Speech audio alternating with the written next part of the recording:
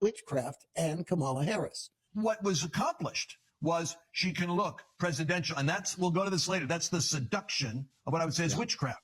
That's the manipulation of imagery that creates an impression contrary to the truth, but it seduces you into seeing it. So it's spooky season, so I'm going to get a little spooky. Y'all know what my special set of skills are, and I'm going to tell you what's hilarious about this is that Lance Wall now is projecting.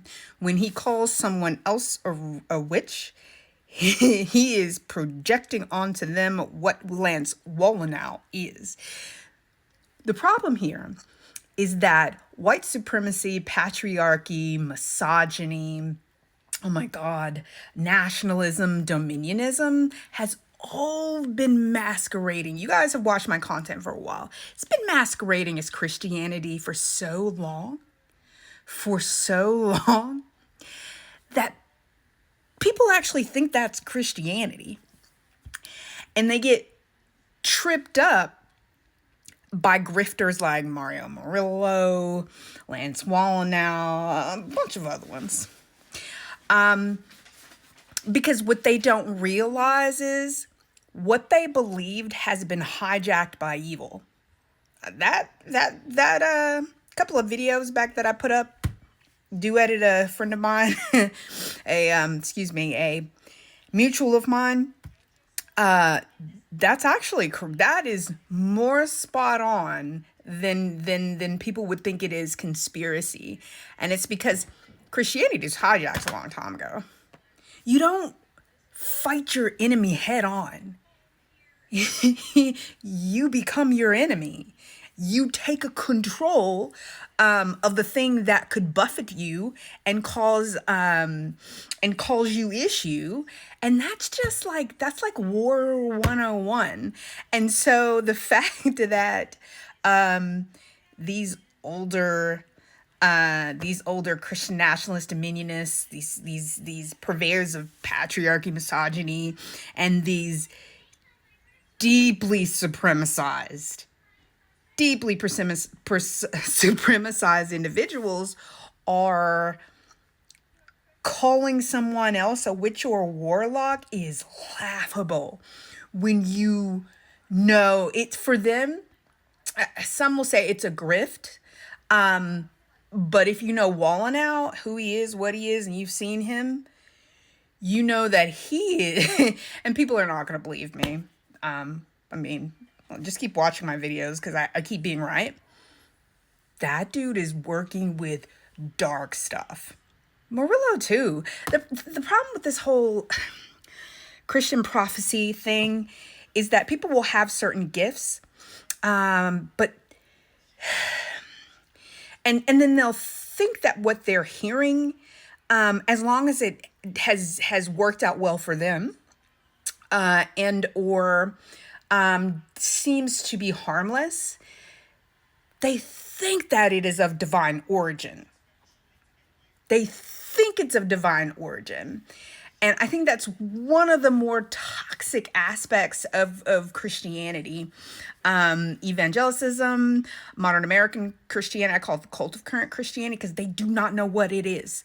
They don't understand that they have been that the thing that they think is evil, or the thing that they think that they're against, has been playing two truths and a lie with them for a very long time. Christians are really gullible at this. And they just believe that because something sounds similar to the Bible, like they can go into their book of spells. And the Bible shouldn't be treated like a book of spells. So it's Controversial Tuesday, so I'm being extra. But when they go into their little book, and what they hear sounds similar enough to like matchy with the way they've, sliced and diced the Bible, and it kind of matches up to them. They don't question it. And so that stuff gets folded into what they believe. Not all Christians are like this, but it's just what's been so dangerous about Pentecostalism. It's what's been so dangerous about, this movement to integrate supernatural gifts into Christianity, because what ends up has happened is that We're so far down. This is with all of Christianity, but y'all, it's controversial Tuesday, so I'll be spicy.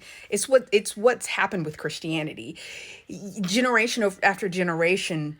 What is it? I guess rocks have been thrown in the original starter dough to the extent that people think those rocks were always supposed to be there, and all that dirt and all that gunk and all of that was always supposed to be there, because generation after generation people have just accepted the lies as truth. They accepted it when they folded their white supremacy into their Christianity, and their dominionism and nationalism into the Christianity. It was just all Christianity to them. And so you get evangelicism, you get this weird phenomenon that we see now with the prophetic, a gift that could be quite healthy or helpful, because when you have, I don't know if this video is going to be too long. When you have a being that is caught in a present sense impression, they know a bit about what they perceived about the past, but they really don't have enough of a bird's eye, 50,000 foot perspective of what's coming. That it's helpful to have people who can be like, let me just tell you what's coming, or here's a generalized view of what's coming. So that could be healthy, right? But you don't, where it's gone is toxic. So I'm going to end this here, but let me tell y'all something about the prophetic.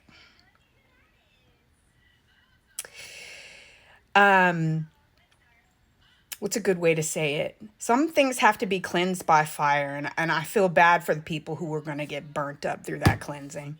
There you go.